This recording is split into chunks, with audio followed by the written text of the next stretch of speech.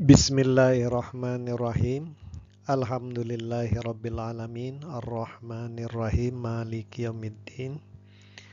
Wassalatu wassalamu ala rasulillah sallallahu alaihi wasallam. Allahumma salli ala Sayyidina Muhammad wa ala alihi wa sahbihi wasallim.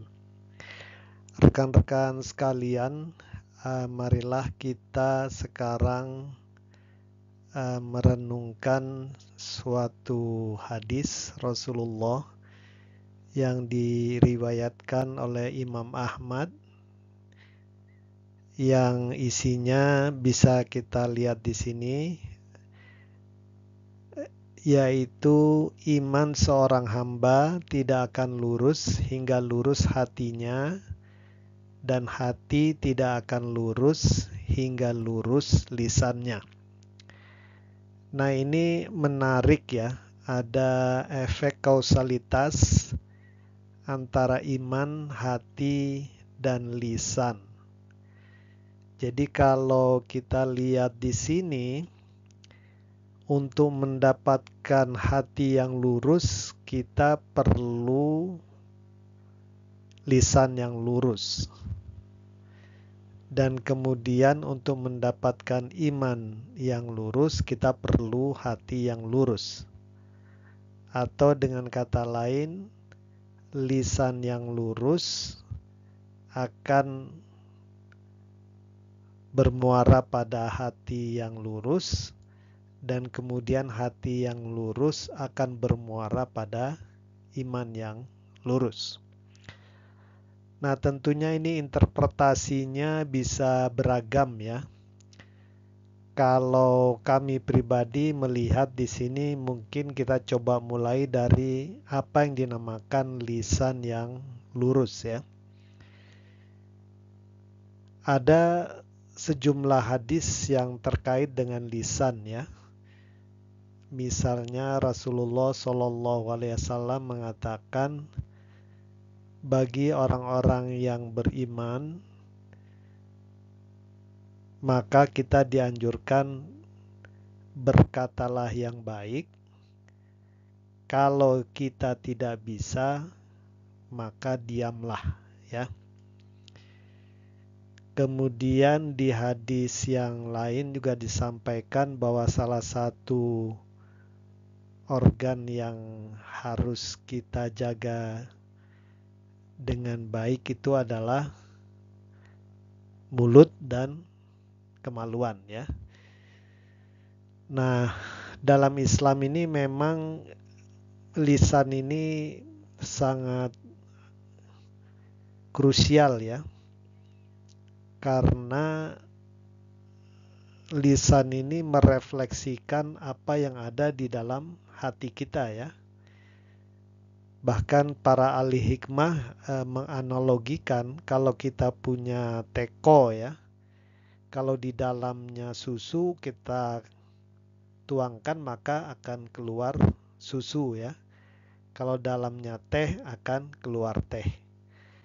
Jadi dengan kata lain, kalau lisan kita baik ya, penuh hikmah dan bermanfaat untuk orang lain, hanya menyampaikan hal-hal yang sifatnya sesuai dengan apa yang diperintahkan oleh Allah Subhanahu wa taala, maka sejatinya itu merefleksikan kualitas hati kita ya. Dan Kanjeng Nabi juga menyampaikan bahwa dalam tubuh manusia ini ada sesuatu ya, kalau dia baik maka orang tersebut akan baik. Kalau sesuatu itu buruk, maka orang tersebut akan buruk ya. Dan itu adalah hati ya. Jadi kalau hati kita bersih, bening, maka insya Allah yang lain-lainnya itu akan ikut menjadi baik ya.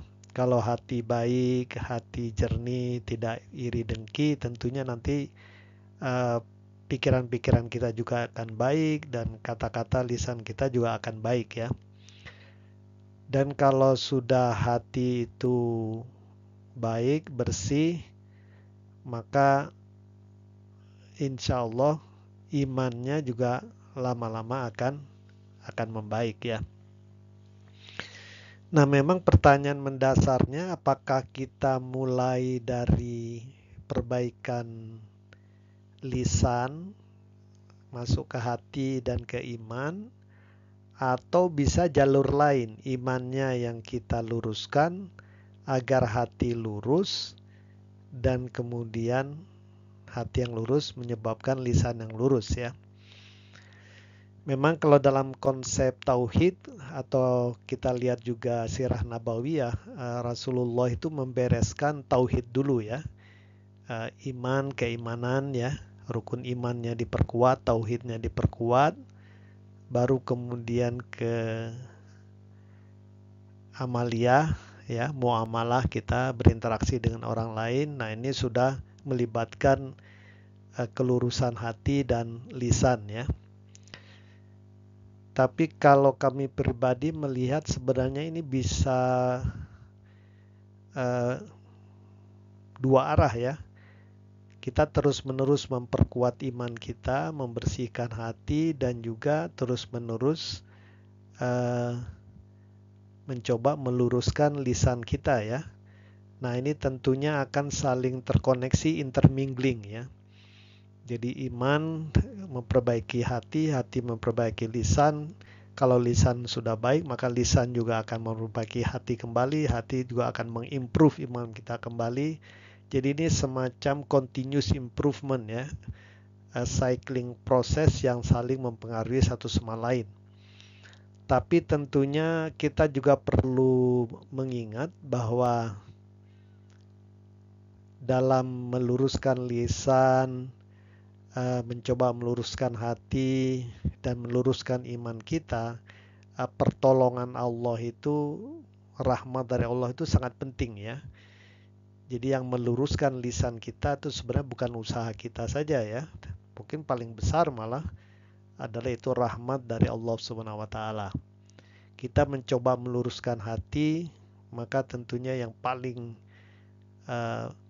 besar perannya adalah bantuan hidayah dari Allah Subhanahu wa taala.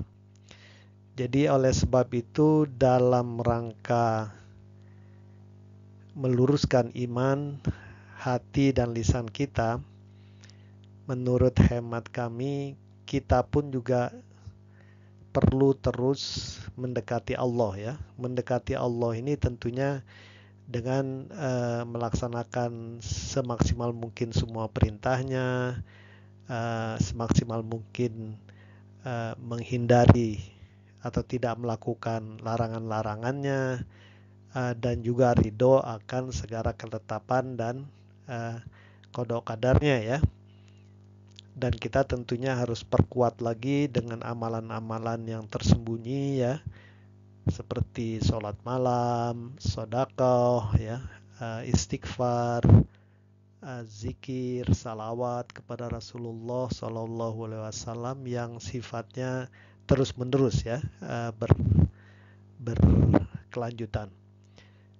Walau alam bisawab, tentunya ini perenungan-perenungan yang sifatnya masih sangat awal, dan saya yakin rekan-rekan sekalian bisa mengeksplor lebih banyak dari ini ya.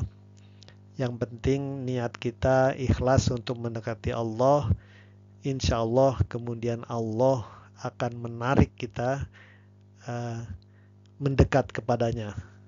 Semoga amin ya rabbal alamin. Wallahu alam bisawab. Terima kasih. Wassalamualaikum warahmatullahi wabarakatuh.